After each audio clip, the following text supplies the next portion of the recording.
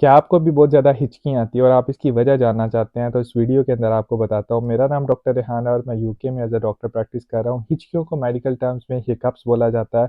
अब ये अमूमन परेशानी वाली कोई बात नहीं होती। बेसिकली डायफ्राम जो कि एक मसल होता है, पट्टा होता है आपके पेट और आपकी छाती के दरमियान, वो उसके स्पैज़्म की वजह से ये एक आवाज़ प्रोड्यूस होती है जिसको हिकअप्स या हाइकअप्स भी बोला जाता है। अब बेसिकली अमूमन अभी तक इसकी कोई ख़ास वजह नहीं पता चल सकी और अगर ये आपको 1 या 2 दफ़ा दिन में हो रही है तो इसके लिए कोई परेशानी वाली बात नहीं।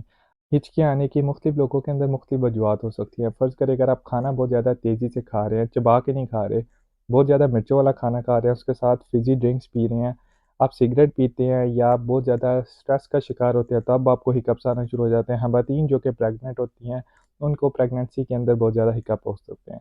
अगर आपको हिचकियाँ हो रही हैं तो बाज़ औक़ात कुछ चीज़ें आप खुद ट्राई कर सकते हैं, जैसे कि आप गहरा लंबा साँस ले लें या बाज़ औक़ात कुछ सेकंड्स के लिए अपने साँस को अंदर लेके रोक लेने से।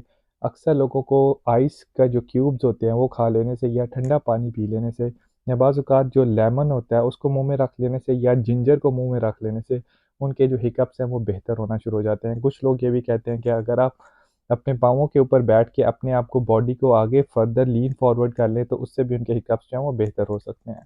लेकिन कोई भी हिकअप्स या हिचकियाँ जो कि आपको 48 घंटे से ज़्यादा तक मुसलसल रह रहे हैं, तो उसकी कोई न कोई मेडिकल अंडरलाइंग कॉज़ भी हो सकता है।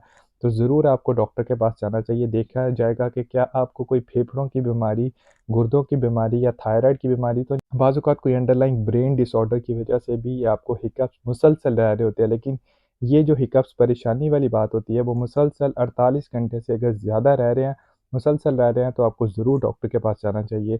अगर आपको मेरी वीडियो अच्छी लगे तो ज़रूर दूसरे लोगों के साथ शेयर कीजिए और मेरे चैनल को फ़ॉलो कर लीजिए।